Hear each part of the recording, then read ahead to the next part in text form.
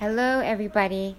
So I haven't responded, because I told you I was going to do the third part of the story, but I took a bit of a break. So I hope no one choked on all the glitter that's going on in their lives since I was away. But I'm back, and on behalf of Passover, in Jesus' name I pray, and especially for Jussie Smollett. So the last part of the story that I had gotten to was the part whereby Jussie Smollett had self-transported himself to the hospital, which we don't know what that means. But there's a lot of things to the story that doesn't really make any sense to anyone else unless they're at the Cedars-Sinai Medical Center and not as a staffer but as a patient. So what's really important to understand about that night on January 29th, the night that I'm not really sure, the night of the insanity, was that in addition to the most bizarre attack of all time, being attacked by black Nigerian white supremacists, also the night of that attack was maybe the coldest day of the year. It literally was an Arctic freeze. So, and they considered it to be an apocalyptic Arctic freeze. So when he showed up and he had self-transported himself to the hospital, once again, I don't know what that means. There's a lot in this story that I don't know what it means. When he had self-transported himself to the hospital, the only reason why he would be there, because no one was supposed to even leave their house, not to get a salad, not to do anything, was really maybe he had a frostbite, so he was going in for maybe an amputation of his finger or his toes, or they had to be deeply concerned about him because he was just going to add to the death toll of that historic wind snap on January 29th. So it was a record cold level day. So long story short, Jussie Smollett goes to the hospital with the noose around his neck, and and he self-transported himself there, and he walks in, and the chief nurse sees him, when they're wondering what's going on here, who is this ghost, and he just looks at them because he assumes that everybody knows who he is, but nobody knows who he is because Jussie Smollett is only. No one knows who he is except for Jussie Smollett. So anyways, so he looks at them and he's like, hey, I'm Jussie Smollett. I'm from that hit show Empire. And the chief nurse says, I know about the hit show Empire, but I've never heard of you before. I don't know who you are.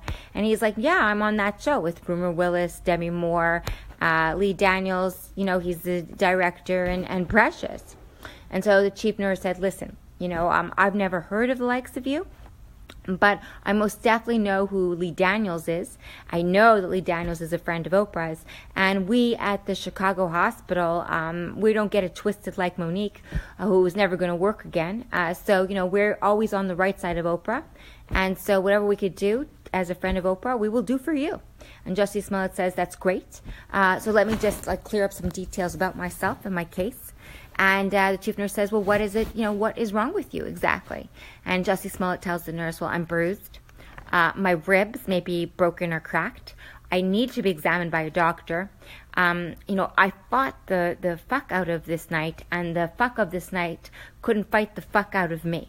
So the chief nurse said to Jussie, come again?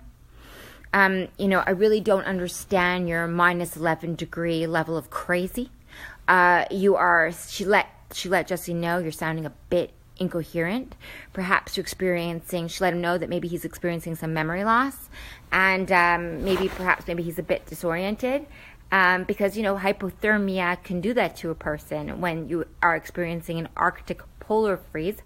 And so she just, asked Jussie a reasonable question, you do realize it's a polar vortex out there, remember? And then she asked Jussie, how did you get here? How did you even get here on this good night that you fought the fuck out of, and the night tried to fight the fuck out of you? And Jussie let the chief nurse know, well, I self-transported myself, to which the chief nurse said, exactly. And she let Jussie know that he sounds absolutely insane. And, she was going to start by taking an anal temperature from him, and then she was going to self-transport him back from wherever the hell he came from, which was got to be away from that place, that hospital. Anyways, so long story short, Jussie was like, no, that's not how that's going to be, Chief Nurse, because I make $65,000 an episode on Empire, and which means that I absolutely know that I have a fractured rib. And as a huge star, I clearly have hyper celebrity sensitive skin, and as a result, I feel a real rash coming on from all this low budget noose around my neck. Because remember, he came to the hospital with the noose, because the noose has put the noose on. So he's letting the nurse know that that he absolutely knows that he has a fractured rib, and he's an expert because he gets paid $65,000 an episode for a show nobody even knows that he's on, and that he has a rash from this low budget noose. Whoever put the noose on, they could have bought a higher budget noose.